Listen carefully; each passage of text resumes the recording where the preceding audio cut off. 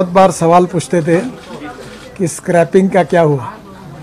तो सवाल सुनते सुनते मुझे लग रहा था कि अब मेरा ही स्क्रैपिंग करना क्योंकि काफ़ी देरी लग रही थी।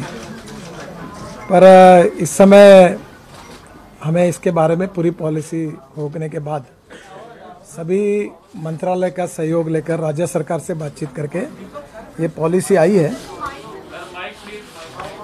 एक मिनट, हाँ मैं ये नहीं, इधर है, इधर है। ऐसा है, माइक को स्क्रैप नहीं करना, टीवी वालों ने माइक को दबा दिया आवाज को। अभी आ रही है आवाज? आदरणीय वित्त मंत्री जी ने अपने फाइनेंशियल भाषण के इसमें बजट में कहा था कि हम स्क्रैपिंग पॉलिसी के बारे में, उसका उल्लेख भी था। और उसके बाद में मैंने आपको आश्वस्त किया था कि 15 दिन के अंदर हम इस पॉलिसी के बारे में पूरी पॉलिसी डिक्लेयर करेंगे। तो उसका पार्ट में हमने काफ़ी बातों का डिक्लेरेशन किया है, कुछ पब्लिक डोमेन में रखा है। आपको एक किताब देने वाले हैं, उसमें आपको काफ़ी जानकारी इसकी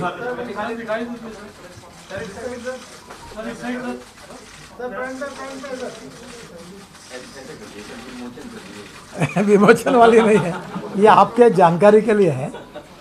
इसमें इसके साथ साथ भारत में टोटल 51 लाख हल्के मोटर वाहन थे जो 20 वर्ष से अधिक पुराने हैं, और 34 लाख हल्के मोटर वाहन जो थे वो 15 वर्ष से अधिक पुराने हैं। तो ये सबसे इम्पोर्टेंट है कि इन वाहनों से आपको पता है कि सुरक्षा के दृष्टि से भी अड़चन थी, फ्यूल कंजम्पशन भी ज़्यादा लगता था जो हम लोग इंपोर्ट करते हैं, और प्रदूषण के कारण भी काफ़ी गंभीर समस्या थी। तो एक्सीडेंट्स, प्रदूषण और उसके साथ साथ आर्थिक दृष्टि से भी एक समस्या थी। वैध फिटनेस प्रमाण पत्र के बिना लगभग 17 लाख मध्यम और भारी कमर्शियल वाहन हैं जो 15 वर्ष से अधिक पुराने हैं, और पुराने वाहन फिट वाहनों की तुलना में 10 से 12 गुना अधिक पर्यावरण को प्रदूषित करते हैं।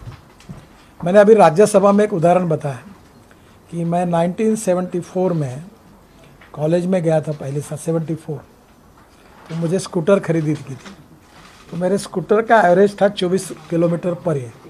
तो मैं कहता था कि मैंने बहुत अच्छी स्कूटर ली है जिसका एवरेज 24 किलोमीटर पर लीटर है। अभी हमारे टू व्हीलर का एवरेज 84 किलोमीटर तक गया हुआ है।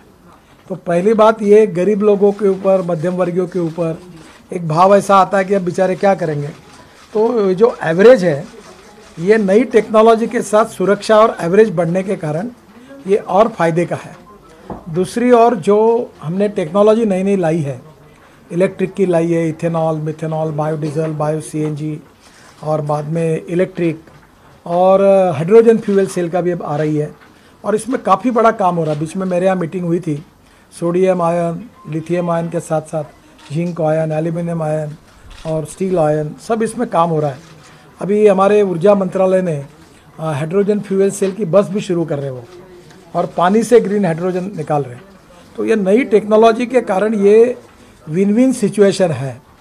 मैं आपको पहली बार ये अनुरोध करूंगा कि ये किसी के ऊपर भुर्दंड या पेनाल्टी नहीं है, ये विन विन है और सबके फायदे के लिए है। इससे पोल्यूशन भी कम होगा। स्वच्छ पर्यावरण, वाहन चालकों और पदयात्रियों की सुरक्षा के हितों में सड़क परिवहन राजमार्ग में voluntary vehicle fleet modernisation programme VVMP अथवा स्क्रैपिंग नीति अंग्रेजी में, उसका अभी हम शुरुआत कर रहे हैं। इसका पहले मैंने कहा कि आप पहली बार मैं अनुरोध करूंगा कि ये गरीबों के विरोध में वगैरह नहीं है, उनके हितों में है। सबका इसमें फ़ायदा होगा, सुरक्षा के दृष्टि से, पर्यावरण के दृष्टि से, और फ्यूल इफिशिएंसी के दृष्टि से, टेक्नोलॉजी पॉइंट ऑफ व्यू। और आने वाले इसमें मैं आपको लोगों को भी कहूँगा कि आप लोग अभी पेट्रोल कार, मैंने बहुत पत्रकारों से बातचीत की तो कह रहे थे कि 15 से 20 हज़ार रुपये हमारे गाड़ी पर पेट्रोल का खर्चा होता है। अभी मैं इलेक्ट्रिक कार में घूमता हूँ नागपुर में, मैंने अपनी बुलेट प्रूफ गाड़ी छोड़ दी, तो मेरा खर्चा 2,000 रुपये केवल है। तो 15, 16 हज़ार, 18 हज़ार रुपये महीने की बचत है, क्योंकि वो इलेक्ट्रिक है और रात को घर में चार्ज होती है। तो आपकी स्कूटर और आपकी कार, आज कीमत ज़्यादा है बस की, इलेक्ट्रिक की, सबकी कीमत, पर 2 साल के अंदर मैं ये उम्मीद करता हूँ कि टेक्नोलॉजी इतनी पॉपुलर होगी, प्रोडक्शन नंबर इतना बढ़ेगा कि पेट्रोल की बाइक और स्कूटर और पेट्रोल की कार और डीजल की बस इनकी कीमत ये इलेक्ट्रिक की बाइक और इलेक्ट्रिक की कार और इलेक्ट्रिक की बस 2 साल में बराबर में होगी। इतना रिवोल्यूशन हो जाएगा। जैसे नंबर बढ़ेगा लो लिथियम आयन बैटरी की भी कीमत कम हो रही है। तो ये सब के लिए विन विन है। आप पुराने व्हीकल के लिए जितना पेट्रोल का खर्चा कर रहे थे उसमें आपकी 10-12 हज़ार रुपये महीने की बचत होगी। यानी पत्रकार के नाते भी आपकी स्कूटर और आपकी कार आपने बदली तो भले आपका कोविड के कारण तनख्वाह बढ़ा नहीं बढ़ा मुझे मालूम नहीं, पर आपका इस काल में हमारे कारण आपका सेविंग हो जाएगा 12 से 15 हज़ार रुपये महीने का। तो ये एक फ़ायदा आपको होगा। और वैसे भी अभी NH6 ना जो बड़ा बना है, जो आप लोग उधर ही रहते हैं ना यमुना के पार, तो मुझे सब लोग कहते कि पहले 1.5 घंटा लगता था, अब 15 मिनट में आते हो। तो 15 मिनट में आओगे और इलेक्ट्रिक की गाड़ी होगी तो फिर बचत ही बचत है, सोने में सुहागन है। तो ये किसी के ऊपर ये नहीं है, यानी विन विन सिचुएशन है, ये मैं आपको कहना चाहूँगा। व्हीकल मैन्युफैक्चरिंग कॉस्ट इसमें कम होगी क्योंकि अभी पंजाब में एक फैक्ट्री है जो बाहर का स्क्रैप भी यूज़ कर रही है। तो इसमें आयरन, हमने steel, aluminium, copper, rubber and steel plastic, ये रिसाइकलिंग होगा। और अभी मैं MSME के ओर से जैसे बड़े बड़े 12 मेजर पोर्ट है तो उसी समय हमने ये सोचकर तो ड्राफ्ट 18 मीटर का किया है। इसका मतलब ये है कि 2 लाख टन का शिप आ सकता है। तो 2 लाख टन का शिप यानी जो छोटे छोटे देश है जहाँ पुराने कारों के लिए स्क्रैपिंग के लिए कोई इंडस्ट्री नहीं है, वो लोग अपनी कारों को ऐसा एक प्रेस में दबाते हैं और वो जैसे बेल बनती है वैसे वो कारों को रखकर वो जहाज़ में लाते हैं। तो हमने इसके लिए निश्चित रूप से steel, rubber, plastic, aluminium, copper सस्ता होगा। अभी हम कॉपर और एल्यूमिनियम इंपोर्ट कर रहे हैं, आपको पता होगा हमारे देश में उसकी कमी है। और स्टील का भी आपको पता है कि बीच में ज़रा कैसे भाव बढ़े थे, तो ये स्क्रैपिंग के कारण ये स्टील भी बड़े प्रमाण पर उपलब्ध होगा। तो इसमें निश्चित रूप से हमारी जो ऑटोमोबाइल कंपोनेंट्स की जो कीमतें हैं वो 30 से 40% कम होने की संभावना है। और अभी हम लोग ऑटोमोबाइल मैन्युफैक्चरिंग का हब है। आज मैंने जानकारी ली, हमारा टोटल टर्नओवर 7.5 लाख करोड़ का है और इसमें 3.5 लाख करोड़ का एक्सपोर्ट है। तो मुझे लगता है कि ये सबसे ज़्यादा रोज़गार देने वाली इंडस्ट्री है। तो इसके कारण हमारा एक्सपोर्ट भी बढ़ेगा और काफ़ी फ़ायदा होगा। अब ये ऑटोमोबाइल सेक्टर का इसमें स्क्रैपिंग पॉलिसी लागू होने पर निश्चित रूप से नया एम्प्लॉयमेंट खड़ा होगा, एक्सपोर्ट बढ़ेगा, GDP ग्रोथ रेट बढ़ेगी, पर कैपिटा इनकम बढ़ेगा और इसके कारण एम्प्लॉयमेंट पोटेंशियल बढ़ेगा और प्रदूषण कम होगा। और ये बहुत अच्छा है कि नई टेक्नोलॉजी की चीज़ें लोगों तक जाने से उनका भी फ़ायदा होगा। ये स्क्रैपिंग पॉलिसी लागू होने पर करीब सेंटर्स, ऑटोमेटिक फिटनेस सेंटर्स, ये PPP मोड में हम कर रहे हैं, इसमें 10,000 करोड़ का अतिरिक्त निवेश होगा और 35,000 लोगों को इसमें डायरेक्ट एम्प्लॉयमेंट मिलेगा। ये फिटनेस सेंटर अब देश में हमको खोलने हैं और इसके लिए ड्राइविंग ट्रेनिंग सेंटर भी बहुत कमी है। हमारे यहाँ 22 लाख ड्राइवरों की कमी है और अभी हम बड़े प्रमाण पर ड्राइविंग ट्रेनिंग सेंटर, फिटनेस और पोल्यूशन सर्टिफिकेट देने वाले ये जो सेंटर्स हैं ये PPP मोड में कर रहे हैं और इसकी डिटेल पॉलिसी हम जल्दी जाहिर करेंगे। ये भी हर ज़िले में काफ़ी खुल सकते हैं जिसके कारण डायरेक्ट रोज़गार भी मिलेगा और एक प्रकार से सुविधा भी मिलेगी।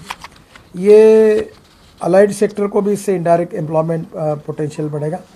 स्क्रैप मटेरियल में एक ऐसा एलिमेंट होता है, इलेक्ट्रिकल व्हीकल में जो बैटरी का रिसर्च होता है उसमें एक NdFe मैग्नेट होता है, ये पुराने गाड़ियों से निकलेगा और उससे रेयर अर्थ एलिमेंट नियोडिमियम ये मिलता है और ये पुराने व्हीकल से मिलेगा जो EV व्हीकल के लिए मैग्नेट काम में आएगा। तो ये इसके लिए जैसे आप कंप्यूटर जो आपका हार्डवेयर है उससे भी एक ने लिथियम आयन निकालने का कोई प्रोसीजर निकाला है। तो ये अलग अलग प्रकार के रिसर्च हो। तो waste to wealth, conversion of waste into wealth and conversion of knowledge into wealth. तो innovation, entrepreneurship, science, technology, research, skill and successful practices, तो ये आई है जिससे नॉलेज टू वेल्थ और ये वेस्ट टू वेल्थ, तो ये दोनों का फ़ायदा होगा। ये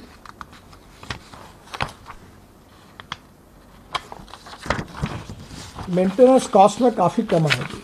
अभी तो मैंने एक विदेशी कंपनी है उनका ट्रक बना हुआ है, एक ने मुझे कहा कि 7 साल मुझे उसमें मेंटेनेंस ही नहीं लगा। तो नए व्हीकल जो आते हैं उसमें मेंटेनेंस कॉस्ट बहुत ही निग्लिजिबल है। पुराने व्हीकल को तो रोज़ आपको 8 दिन में मैकेनिक के पास जाना पड़ता है, तो ये जो नई टेक्नोलॉजी है उसमें मेंटेनेंस कॉस्ट काफ़ी कम होगी, लाइट वेट होगा और फ्यूल इफिशिएंसी बढ़ेगी। इसमें हमने इकोनॉमिक व्हीकल को भी एयरबैग्स मैंडेटरी की है। जो सुरक्षा के जो नियम थे, जो अभी हमने इतने 1-1.5 साल में काफ़ी स्ट्रिक्ट किए हैं कि कोई एक्सीडेंट होता है तो गरीब आदमी भी जान बचनी चाहिए, तो इकोनॉमिक मॉडल को भी हमने एयरबैग्स मैंडेटरी की है। तो मुझे लगता है कि इसमें सिक्योरिटी और ये दोनों बातों में सामान्य जनता के हितों की रक्षा होगी। ये ड्राफ्ट नोटिफिकेशन जो प्रकाशित करना है उसमें हमने सभी स्टेक होल्डर्स की टिप्पणियाँ विचार प्राप्त किए। 30 दिन का अवधि तक पब्लिक डोमेन में ये रहेगी।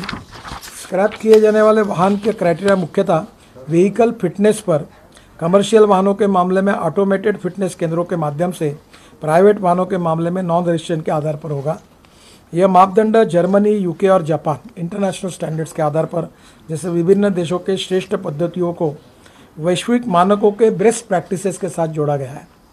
तो हमने इसके साथ कॉम्प्रोमाइज़ नहीं किया है यूरोपियन स्टैंडर्ड और बाकी देशों के स्टैंडर्ड में।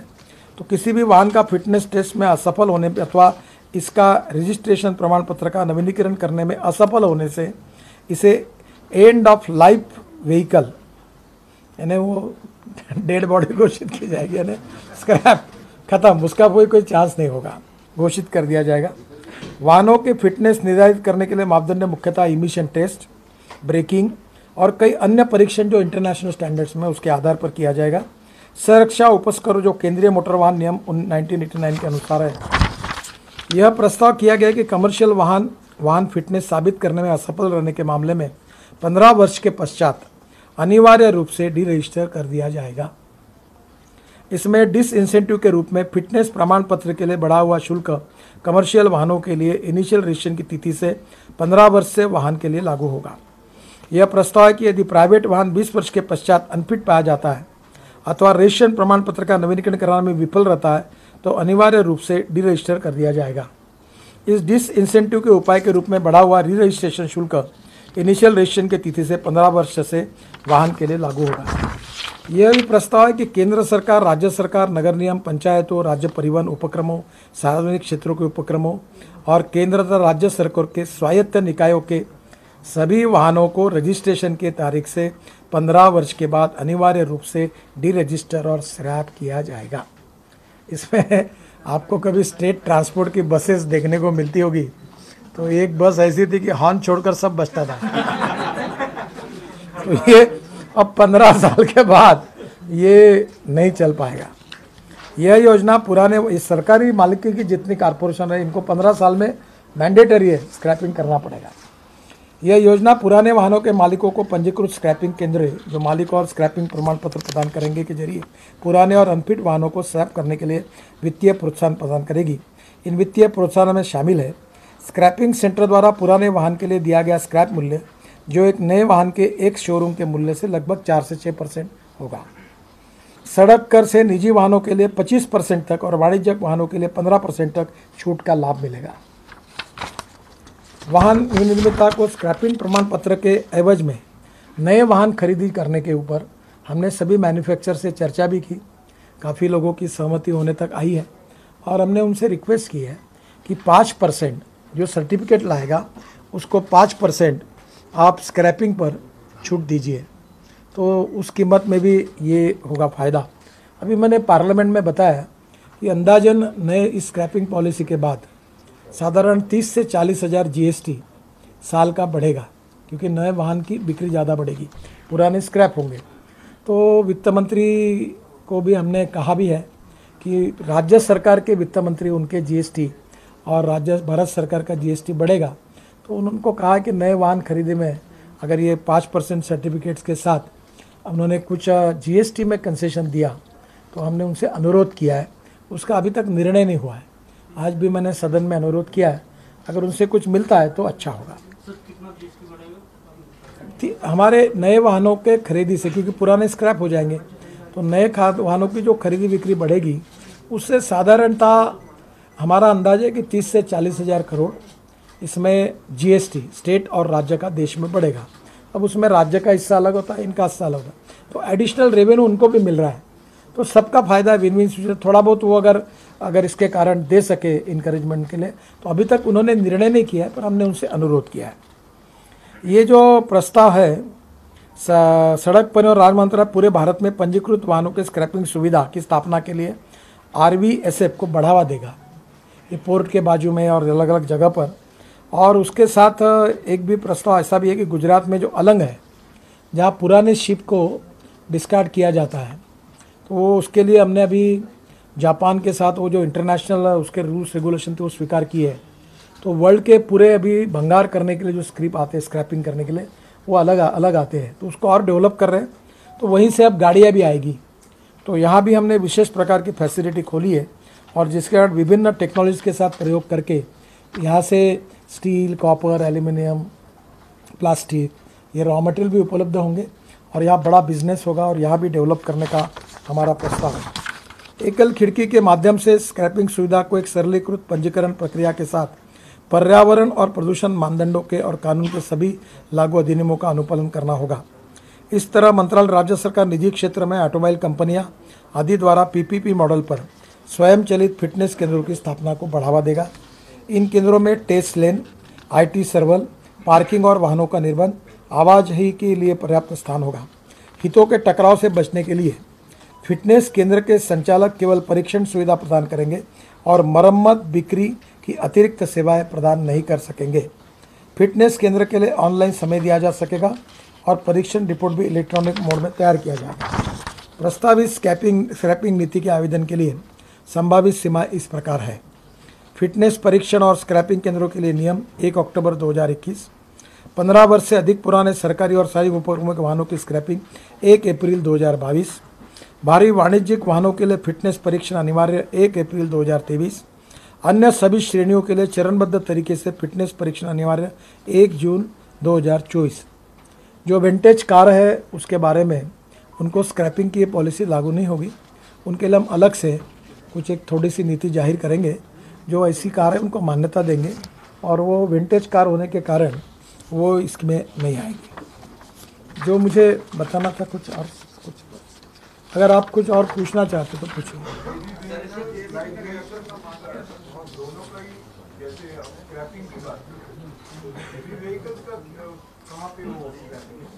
अब हिंदुस्तान में इसकी इंडस्ट्री खुलेगी, अलग अलग राज्यों में खुलेगी, प्राइवेट वाले खोलेंगे।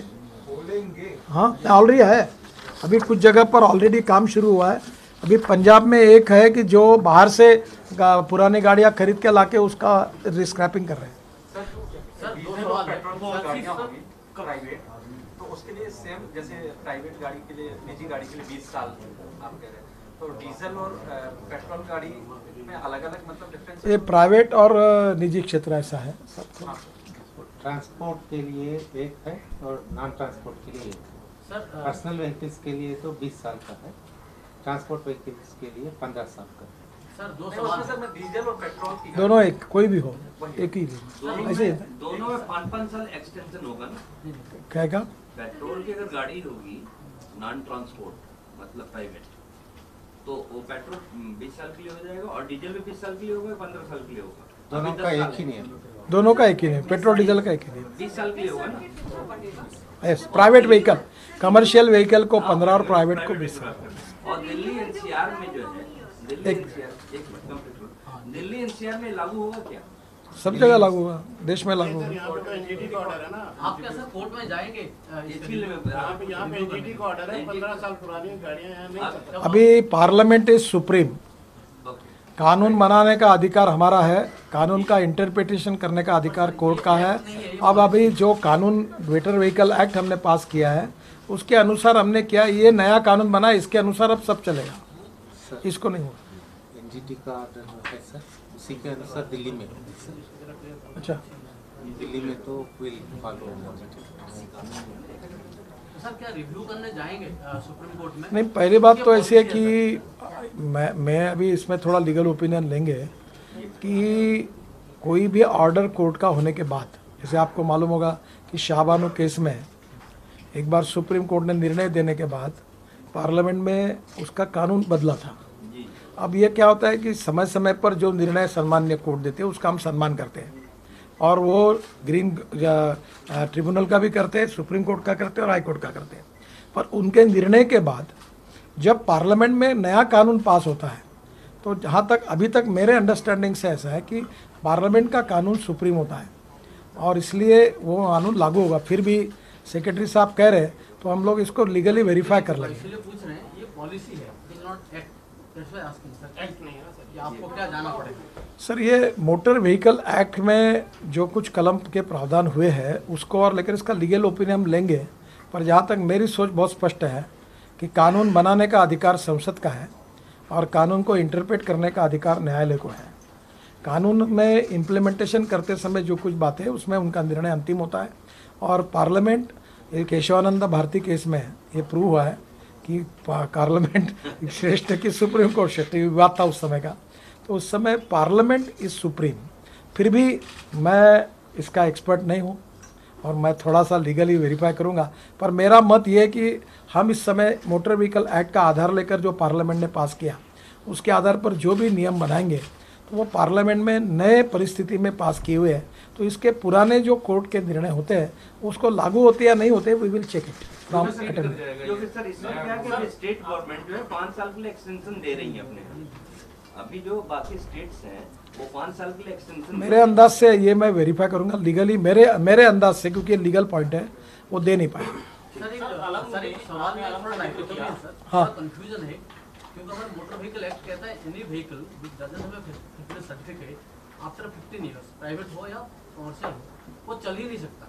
So but this policy says that for private vehicle 20 years, तो 15 साल में अगर फिटनेस फेल हो गया इट कैन नॉट बी मेरे को लगता है इसका इंटरप्रिटेशन ऐसा है कि 15 साल के बाद प्राइवेट व्हीकल जब फिटनेस सर्टिफिकेट लेगा तो 20 साल तक तो उसकी मुदत है ही, और जो कमर्शियल व्हीकल है उसको 15 साल के बाद नहीं है, 15 साल तक ही। जैसे लॉ कहता है जब गाड़ी का जो फिटनेस जैसे ही फेल होगा it has to go out of the road, तो 20 साल कहाँ से आएगा? आप जैसे एक्सपर्ट लोगों से समय समय पर मार्गदर्शन लेगा, हम देखेंगे क्या कर रहा है। अभी जो शुरुआत हुई है, कोई लीगल बातें आएगी तो वेरीफाई कर लेंगे।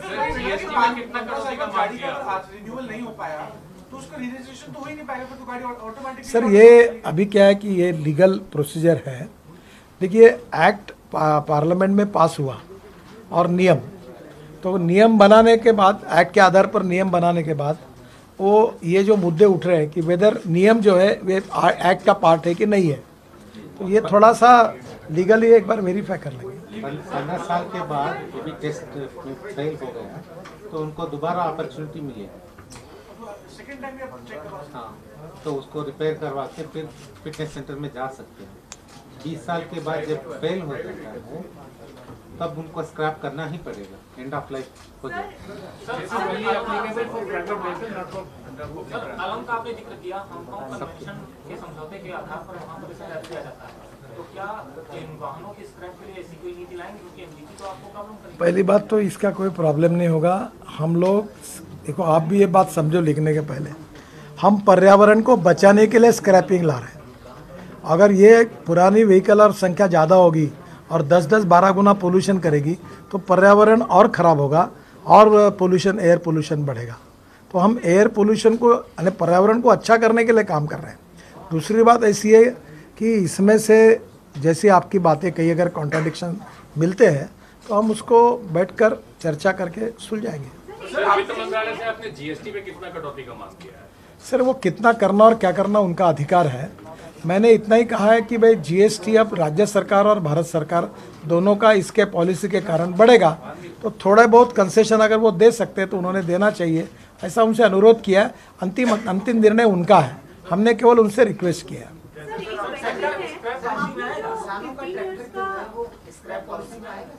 नहीं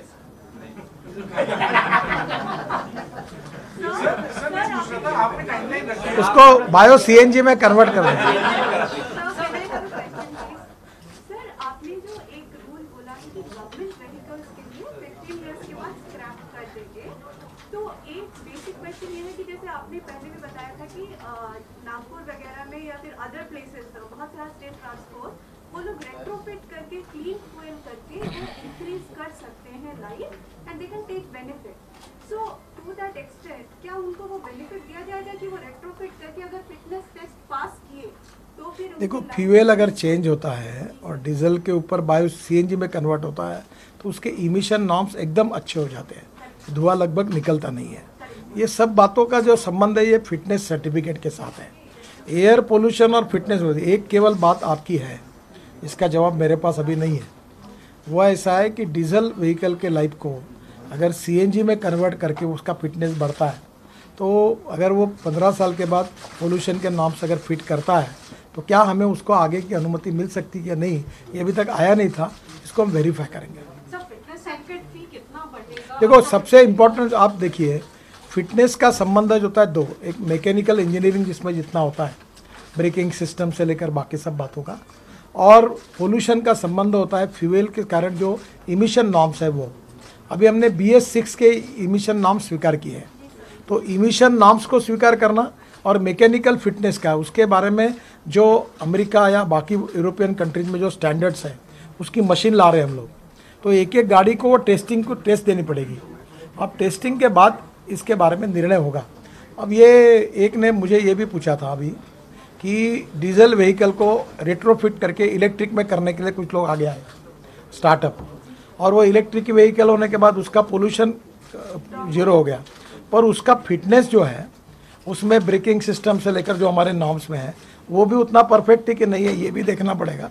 तो ऐसे धीरे धीरे नए नए प्रॉब्लम्स आएंगे, समय समय पर हम उसको एड्रेस करके ये जो स्पिरिट है इसका ध्यान में रखते हुए फिर आगे जाएंगे। सर एक चीज मुझे पूछनी थी, आपने 2024 और 2023 टाइमलाइन रखी है इम्प्लीमेंटेशन शुरू करने की।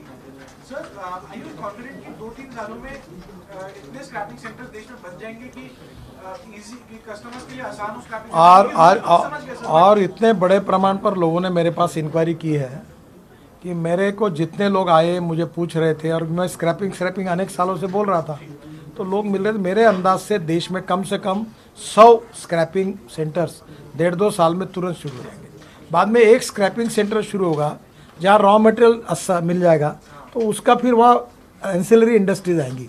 कॉपर वाला कॉपर लेके जाएगा, प्लास्टिक वाला प्लास्टिक लेके जाएगा, रबर वाला रबर लेके जाएगा, स्टील वाला स्टील लेके जाएगा, फिर वो उसके पार्ट्स बनाएंगे ऑटो कंपोनेंट्स के, जिसका बेसिक मटेरियल जो है। अभी इलेक्ट्रिक व्हीकल अभी शुरू कब से मैडम? अभी 15 साल हो। अभी इलेक्ट्रिक व्हीकल को नए आने वाले व्हीकल को 2 साल वालों को अभी फिटनेस भी लेने का सवाल नहीं है, और वो पोल्यूशन भी होता नहीं, उसमें से आवाज़ धुआं ही नहीं निकलता, तो क्या करेंगे?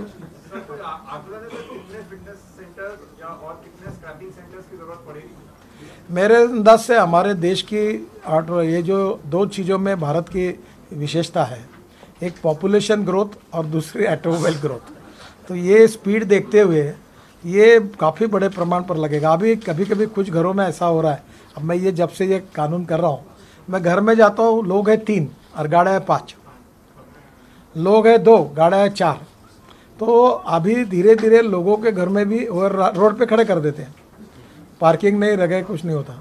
तो ये नेचुरली ये संख्या इतनी बड़ी है। दूसरी बात क्या हुआ कि संख्या बढ़ने से पुराने गाड़ियों की कीमत सस्ती हो गई, तो जिसका 20-25 हज़ार रुपये तनख्वाह होता है वो भी गाड़ी खरीद लेता है, तो क्योंकि वो कीमतें कम हुई सेकंड हैंड कार की। तो एक प्रकार से ये जो देखते हुए अब उन आखिरी उसका सोर्स जो फिटनेस के कारण आ जाएगी वो फिर स्क्रैप में जाएगी, तो वो संख्या कम होती जाएगी। आप कभी देखिए, आपको अनुभव के नहीं मालूम नहीं, आप कुछ डिस्ट्रिक्ट प्लेस और कुछ शहरों में जाइए, जैसे कोई चौक सुशोभीकरण किया होता है, कहीं सौंदर्यीकरण दिखता है, तो कुछ जगह पर ऐसे खड़े हुए ट्रक और ये सालों साल रोड पर बेवारस करके पड़े हुए हैं स्मारक के रूप में, तो वो ऐसे लोग उठा के ले जाएंगे, वो स्क्रैपिंग हो जाएगा। सबसे ज्यादा तो थानों में पड़े रहते हैं कई सालों। सर एक परसों मुझे एक IAS ऑफिसर ने बताया, उसने किया हुआ प्रेजेंटेशन, ये उत्तर प्रदेश के बीजापुर ना, क्या नाम है, बिजनौर के कलेक्टर है, अपने मलिक साहब का लड़का है, उसने पुलिस स्टेशन की साइकिल है, ये मुझे बहुत पसंद है आइडिया, उसने वो पुरानी साइकिलें बहुत कम कीमत पे खरीदी की और गांव के मैकेनिक पूरे बिठाकर उसको पीला रंग लगाकर उसको अच्छा किया, और वो पुरानी साइकिलों को अच्छा करके अब लोग उसमें एक लेकर वहाँ छोड़ देता है, वहाँ छोड़ के, तो व्यवस्था हो गई।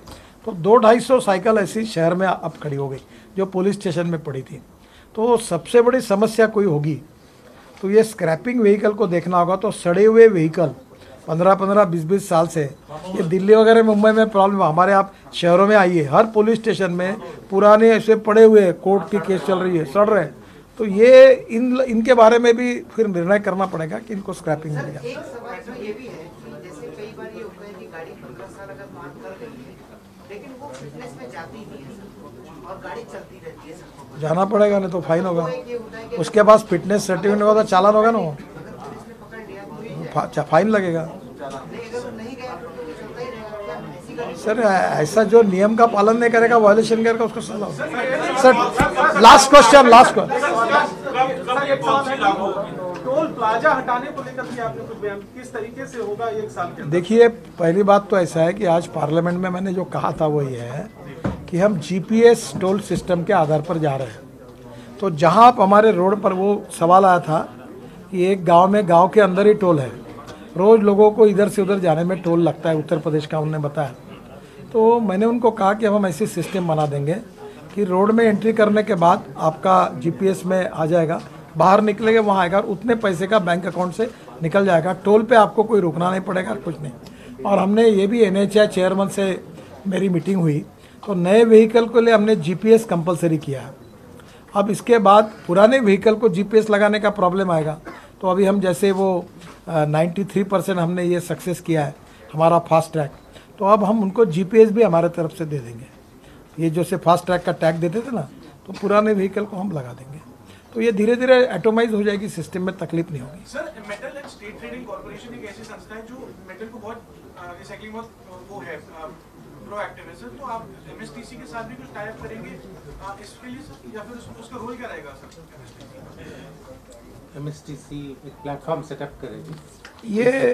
ये देखो, ये वो भी कुछ काम कर रहे थे, हम लोग बैठेंगे सबके साथ, हमारे सेक्रेटरी और बैठ के आप डिक्लेयर कर दिया हुए लागू पार्लियामेंट। ये NHAI DCL आज हमारी जो नॉर्थ ईस्ट और इसके लिए पाठक साहब आए क्या? हाँ आइए। तो आज वो यहाँ एक उन्होंने हमको बोनस के रूप में चेक दे रहे उसके, क्योंकि ये कंपनी है जो नॉर्थ ईस्ट और जम्मू कश्मीर उत्तराखंड के लिए, वो इलेक्शन ड्यूटी में गए MD। ये आई कितने रुपए का? 27 करोड़ रुपए दे रहे हैं। हाँ